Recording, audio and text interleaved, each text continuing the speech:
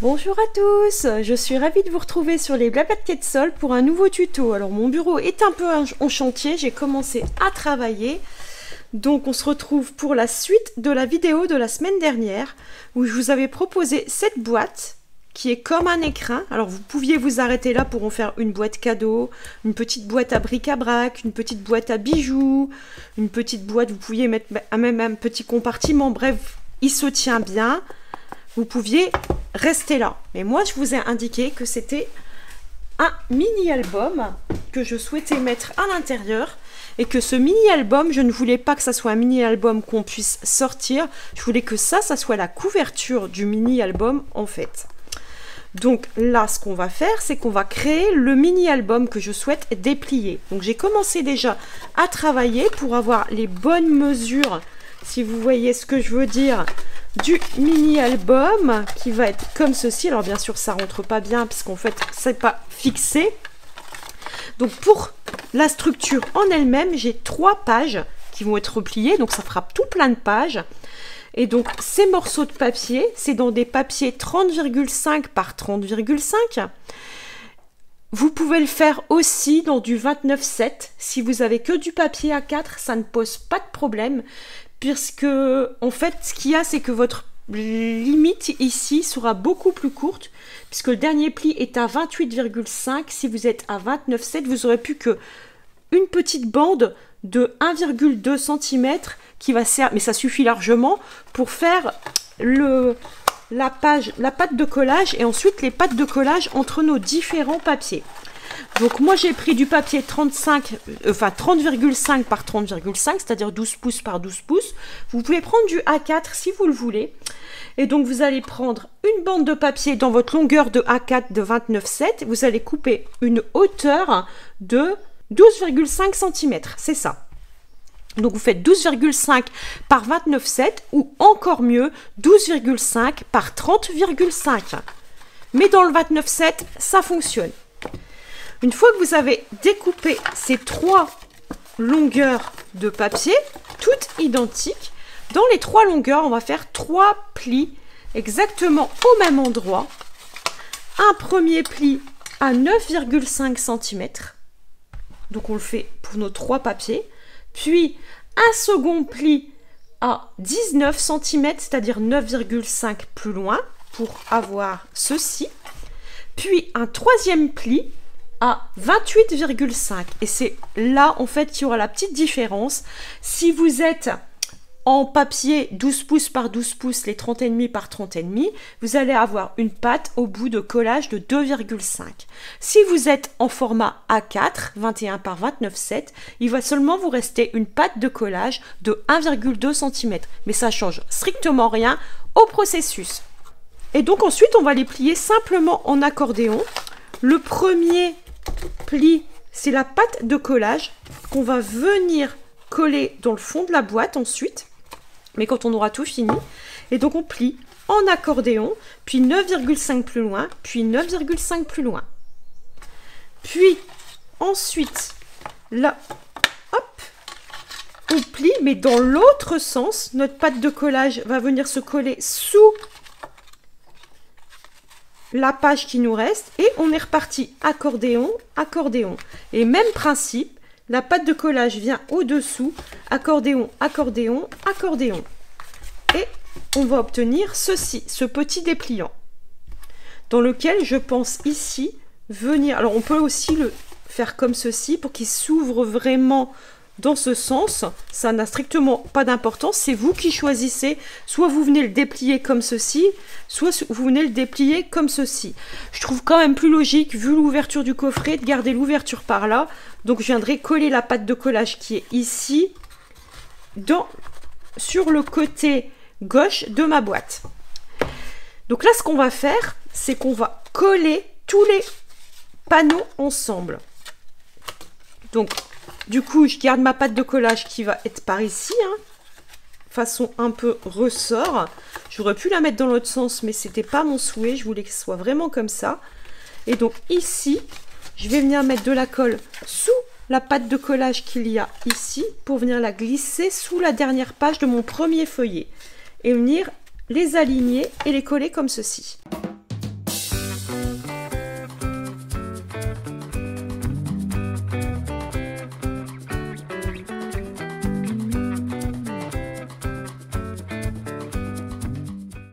Donc là, en fait, on se retrouve avec un accordéon comme ceci. Alors bien sûr qu'on pourra regarder l'album si on a envie comme ça.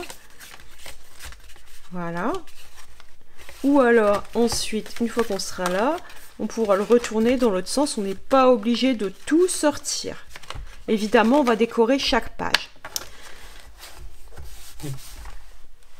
Donc ici, je pense que je vais mettre une petite perforation avec un joli petit ruban pour tirer l'ensemble, comme ceci. C'est l'idée. Et là, ça viendra comme ça. Et on voit que ça rentre parfaitement, même s'il y a après des photos, etc. Avec le poids de la couverture, il n'y a pas de problème. L'album va rester fermé. Hop là. Par contre, je vais quand même essayer de ne pas mettre trop de volume à l'intérieur. Il y aura les photos, les papiers déco. Je vais quand même pas mettre des vols trop 3D avec de la mousse 3D, sauf peut-être sur la couverture du devant. Le reste, je vais essayer de travailler à plat pour éviter que je me retrouve avec quelque chose de trop gros et que ma boîte ne ferme plus. Sinon, bah, il faut penser à enlever des feuillets si jamais c'est trop large, trop épais.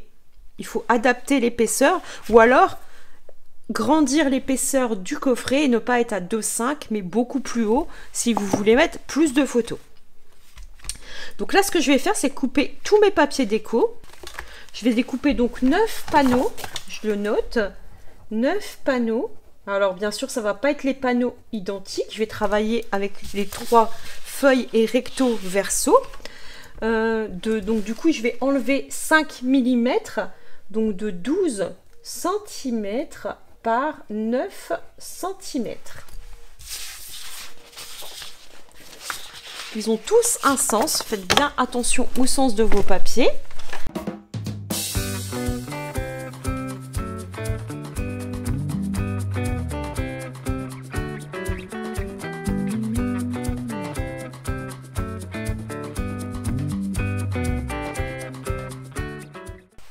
Et puis là, bah, je vais commencer à dispatcher mes papiers. Je pense que je vais alterner.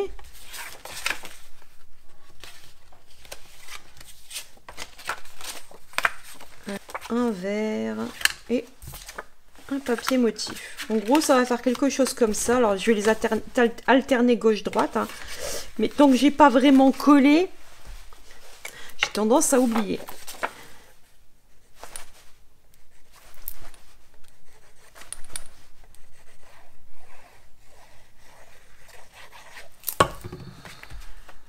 Donc je colle mes papiers et je vous reprends juste après. Donc je vous reprends. J'ai collé mes panneaux. Donc j'ai essayé de faire gauche-droite, mais je ne l'ai pas fait tout le temps. Gauche, droite, gauche, droite. Et du coup là en fait si on voit, mais comme je vais mettre un cadre, ça ne se verra pas. Et là du coup voilà, gauche-droite. Par contre de l'autre côté, je crois que j'ai 2 fois en suivant. Droite, droite, gauche, droite. Ça dépend les fois. Vous voyez, là la place pour le cadre, la décoration tout de suite intérieure. Donc ici c'est les panneaux où il y aura à chaque fois une photo de coller dessus. Et je pense mettre à chaque fois des petites décos, des cadres, des sentiments sur chaque petite page grâce à des tamponnages, du collage et puis on fait du collage de tous ces éléments qu'il y a ici. Je vais les sortir. Et en particulier les gros éléments. Il y a encore des papiers en fait que j'ai pas utilisé, que j'aurais pu utiliser. J'y ai pas pensé. Je vais peut-être m'en servir hein, pour les motifs. Je crois que j'en avais 3. Il y a des gros cadres aussi. Alors, j'ai des grands cadres. Des grosses couronnes. Des grosses couronnes, un autre papier mais il n'est pas dans le bon sens, donc celui-ci je pense que je ne vais pas l'utiliser.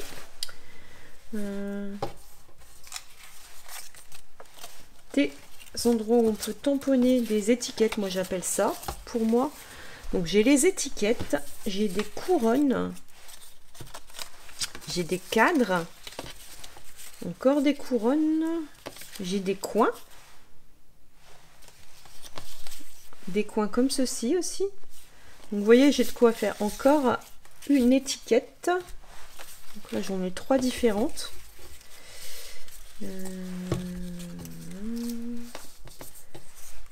Donc encore un espèce de cadre ou de guirlande.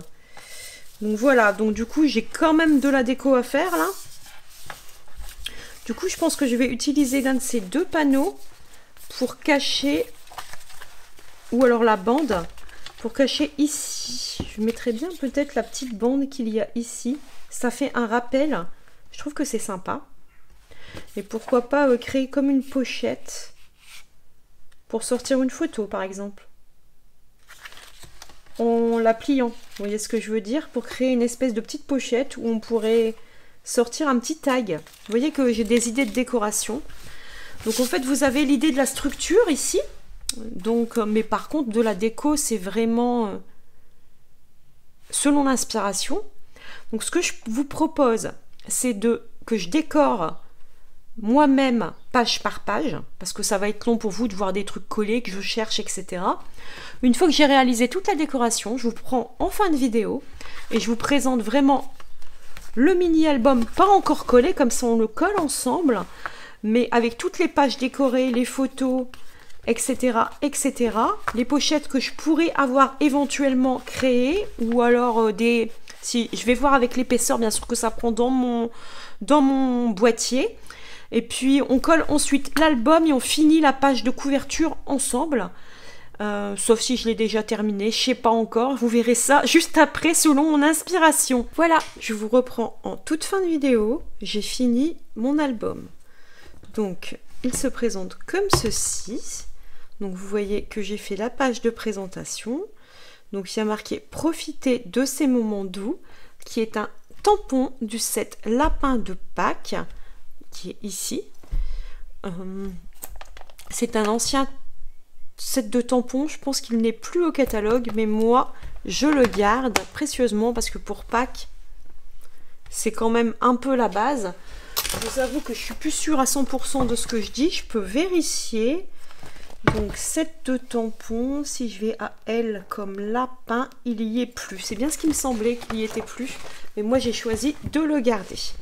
J'ai utilisé nos étiquettes Amour sans limite, je pense que c'est ça. C'est ça. Et c'est ici, d'ailleurs j'ai pas vidé mon dies, il faudra que je le fasse. Il y a encore la pellicule blanche. Et donc j'ai fait une jolie étiquette qui reste dans les tons lagon lointain et tarte au potiron. Voilà, voilà. Et donc j'ai fait la petite languette avec un petit nœud que j'ai voulu seulement, on peut l'enlever si on veut, hein. J'ai juste noué, j'aime bien cette façon de finir. Et donc j'ai commencé à mettre mes photos.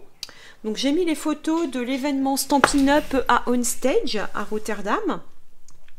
Moi j'étais avec mon mari dans un petit cocon tout doux. Donc j'ai mis la photo de notre petit cocon. J'aimais beaucoup cet Airbnb qui était à 5 minutes vraiment de Ahoy, là où il y avait lieu Onstage. Et donc j'ai mis Bienvenue chez toi, qui est un tampon issu du set Nichoir de campagne. Je l'ai tamponné en tarte au potiron, donc sur l'étiquette qui était toute faite de la collection Cadre et Fleurs. Vous allez voir que la déco est assez simple. Ici, une simple étiquette de la collection Cadre et Fleurs. Ici, un petit montage avec des petites découpes, toujours de cette collection. Et là, la photo, je l'ai mis à champ sur les deux pages avec une découpe au milieu pour faire un peu une continuité. Et donc, c'est les maisons qu'on voit à Rotterdam.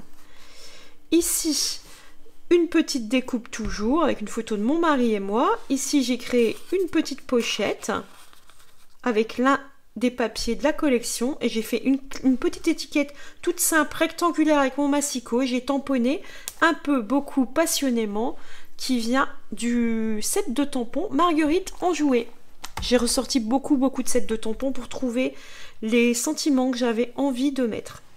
Ici, une petite pochette avec une petite carte recto verso et une photo.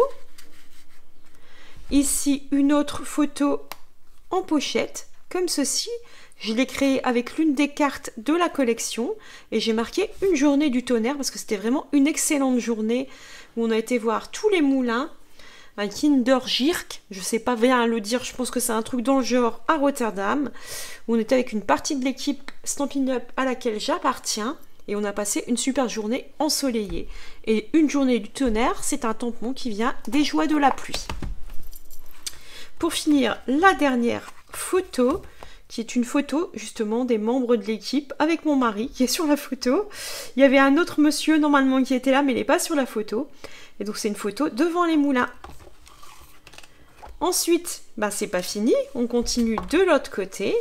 Donc là, j'ai simplement mis des petites étiquettes, des coins, et j'ai coupé la photo comme tout à l'heure.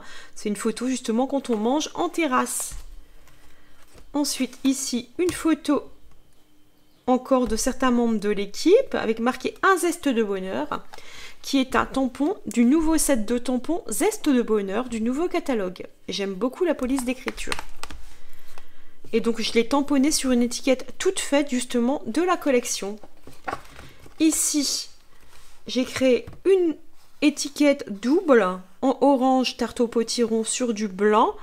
Donc c'est l'étiquette avec la perforatrice cercle et j'ai créé une composition avec des petits die cuts de la collection. Et j'ai marqué pour de merveilleux commencements et du bonheur à n'en plus finir. Et là c'est tous les membres de l'équipe des petits papiers qui étaient présents à On Stage. Et ce tampon, il est ici et il vient du set de tampons plein d'élégance. Ensuite, il y a une dernière photo, tout à la fin. Je vais basculer comme ça pour que vous voyez mieux. Voilà.